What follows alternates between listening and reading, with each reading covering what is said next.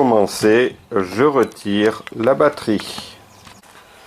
Donc pour enlever cet outil ici, vous ne pouvez pas le dévisser à cause de la libre rotation, donc il va falloir bloquer la rotation.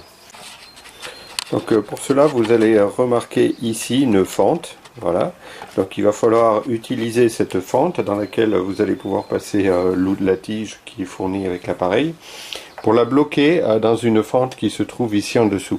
Alors la fente qui est en dessous, on ne la voit pas bien, je peux difficilement vous la montrer, moi je regarde au-dessus et je la vois passer, à un moment donné je la vois arriver, ici vous voyez je fais tourner, puis à un moment donné je vais la voir arriver cette fente. Voilà, je regarde ici entre la lame et là je la vois arriver, voilà, et hop, je l'attrape avec la tige. Donc après il faut bien être en face, c'est pas forcément, si c'est facile, mais bon, quand on veut être maladroit, on est maladroit. Hein. Donc quand vous êtes dedans et vous sentez un petit cran, ça s'enfonce et vous voyez ici, à présent c'est bloqué. Voilà, il n'en faut pas beaucoup.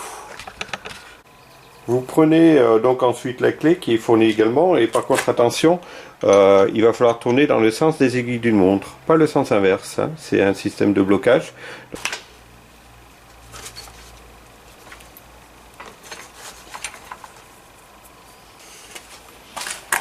Et voilà, comme vous le constatez, ça se fait bien.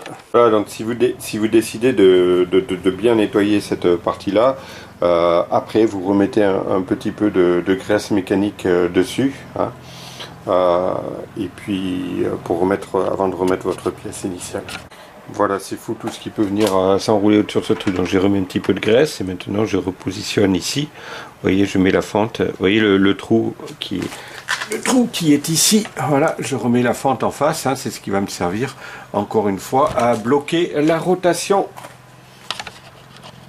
Je repositionne donc ma tige pour bloquer et puis maintenant, eh ben, écoutez, je vais pouvoir remettre la bobine.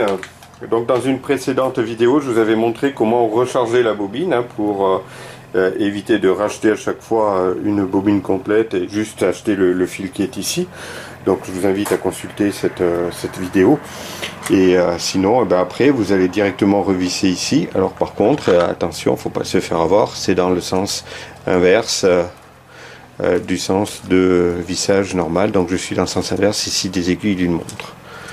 Voilà. Donc voilà, je vais voilà, ici.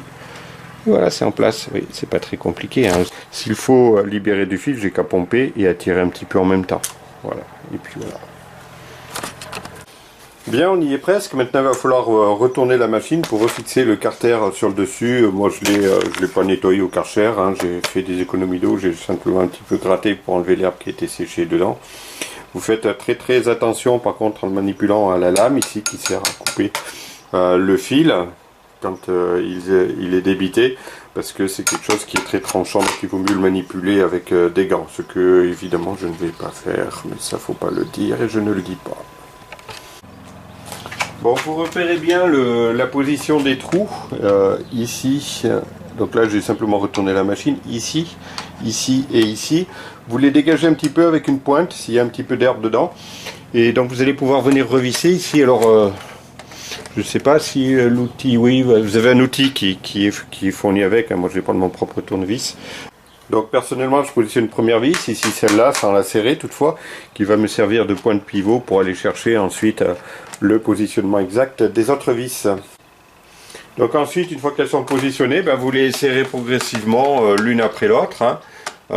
Voilà, donc hop, je commence un peu à serrer ici, je commence à serrer ici. Voilà, et puis après je vais verrouiller. Hein. Bon, celle-là elle est un petit peu plus difficile. Bon, elle n'est pas difficile à atteindre, mais c'est vrai qu'il y a le manche là qui peut gêner un peu.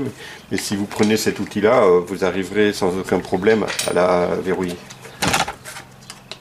Les plans dans la caméra. Bon, n'oubliez pas de remettre votre outil trident dans sa protection, hein, parce que c'est toujours un petit peu coupant. Puis je vous montre au passage ma petite astuce de rangement.